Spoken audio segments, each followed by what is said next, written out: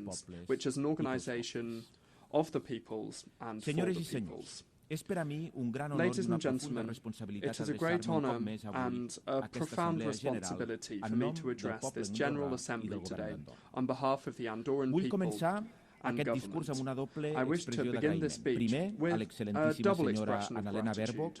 First, to Her Excellency Ms. Annalena Baerbock, who I congratulate upon her election as President of this its session of the General Assembly. We wish her every success in her role. Second, I wish to say that for Andorra, it is a privilege to serve as one of the vice presidencies of this symbolic session. This year's theme, Better Together, 80 years and more for peace, development and human rights, is a theme that really speaks to us. And not just as a declaration of intentions, but as an urgent need. We live in difficult times, times of conflict, polarization and uncertainty. However, these are also times of opportunity to strengthen international cooperation, to update the institutions that support it, and to build lasting solutions collectively through multilateralism. 8 decades of diplomacy, peace building, development aid and the promotion of human rights. In this context, Andorra also celebrates 32 years as a member state of the UN. Of course, this is a shorter history here than many, but it has been an intense one as well, during which multilateralism has been fundamental to our international recognition, to making our voice heard abroad, to our legal security, and to our economic and social progress. Since our accession to this organisation, our commitment to it has been clear. Andorra advocates for effective, inclusive and people-centred multilateralism. A multilateralism that leaves no one behind, that listens to all voices, including the voices of small states. This position was emphasised during the first summit of heads of state and government held last May in our country on the occasion of the Games of the Small States of Europe. From this summit emerged a declaration in which the participating states affirmed the need to strengthen multilateral governance, to defend international law, to promote human rights, and to adopt joint measures to address global economic, social, climate and technological challenges.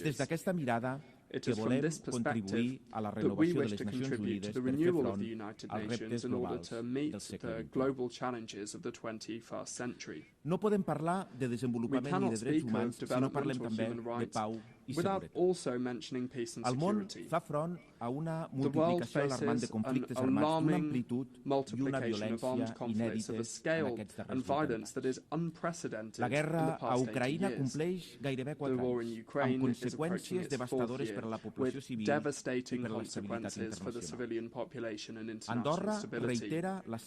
Andorra reiterates its condemnation of all violations of international law and once again expresses its firm support for the sovereignty and territorial integrity of Ukraine. Looking towards the Middle East, the situation in Gaza is extremely concerning for us. The number of civilian casualties, the destruction of essential infrastructure and the worsening humanitarian crisis demand an urgent response from the international community. We wish to express our deep concern and strongly call for the respect of international humanitarian law by all parties. For this reason, we condemn, without distinction, all attacks against the civilian population, including all acts of terrorism, indiscriminate assaults. We strongly and specifically condemn the Hamas attacks of October 7, 2023, and we call for the release of the hostages. We believe that a lasting peace process for the conflict between Israel and Palestine and in the Middle East region can only be achieved through the two-state solution. It is for this reason and in line with these principles that last Monday we took the decision to recognise a Palestinian state. This much-needed gesture will take full diplomatic effort once a series of conditions are met, such as the release of hostages, the disarmament of Hamas, and the establishment of a Palestinian government that excludes this organisation, Hamas. Andorra reaffirms, on the other hand, its support to the United Nations Relief and Works Agency, UNRWA. This agency, through its education, health and humanitarian assistance services, is an essential pillar for the protection of millions of Palestinian refugees. In the absence of a political solution, it represents the only institutional support that ensures minimal stability and dignity in the region. As a state committed to multilateralism, Andorra underscores that only dialogue, diplomacy and the pursuit of shared solutions can lead us towards a just and lasting peace. Senyores i senyors, la fundadora de Save the Children, the founder of Save the Children, Eglantine Jebb, once said that all wars, just or unjust, disastrous or victorious, are wars against children. That was more than 100 years ago, and sadly, we have still not been able to prevent armed conflicts from leaving indelible scars on girls and boys. This year marks the 20th anniversary of Security Council Resolution 1612, which established specific mechanisms to protect children affected by armed conflicts. However, as I mentioned, the situation is extremely concerning. 2024 saw the highest number of grave violations since the adoption of this resolution in 2025, with a 25% increase. More than 3,000 cases of abduction, forced recruitment or sexual violence. These are figures that we cannot accept as normal. Today, 473 million children live in areas affected by armed conflicts. Junior Nzita Nswami is not the name of a football prodigy nor a movie star. You won't find him on Wikipedia, and he barely appears in internet searches. Junior Nzita Nswami had his childhood stolen in 1996 when soldiers from the Alliance des Forces démocratiques pour la libération du Congo abducted him and his friends. At the age of 12, he became a child soldier. I had the opportunity to learn about his experience during the launch of the Prove It Matters campaign in Geneva, which our country sponsors jointly with Malta to guarantee children's rights. It's a harrowing experience that must prompt us to act. How is it possible that in a world of such extraordinary progress, there is still a generation of children born and raised in situations of war?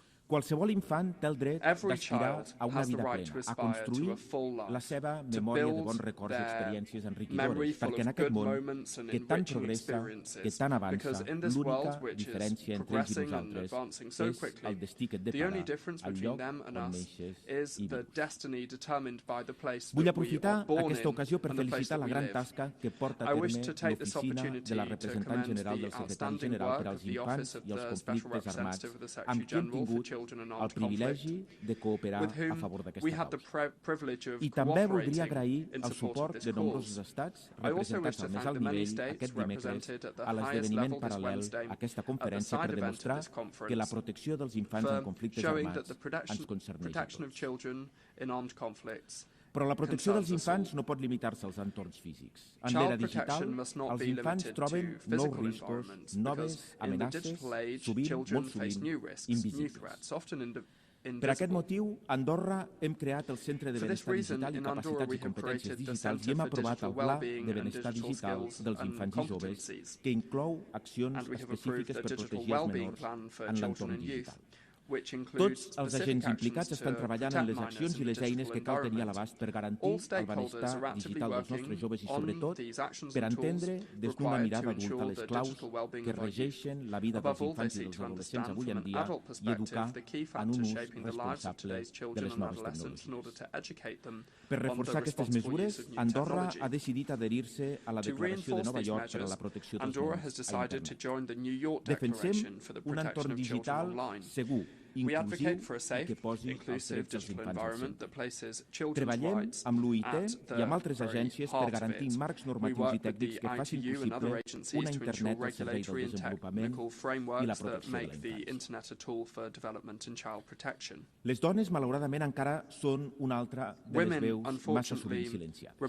Aprofitem el 30è aniversari de la Declaració de Pequín per impulsar de nou aquest marc integral i el més influent fins ara per promoure els drets de les dones, per fomentar una economia capaç d'oferir igualtat d'oportunitats, de millorar l'accés a l'educació i d'evitar les bretxes socials existents entre dones i homes encara molts anys.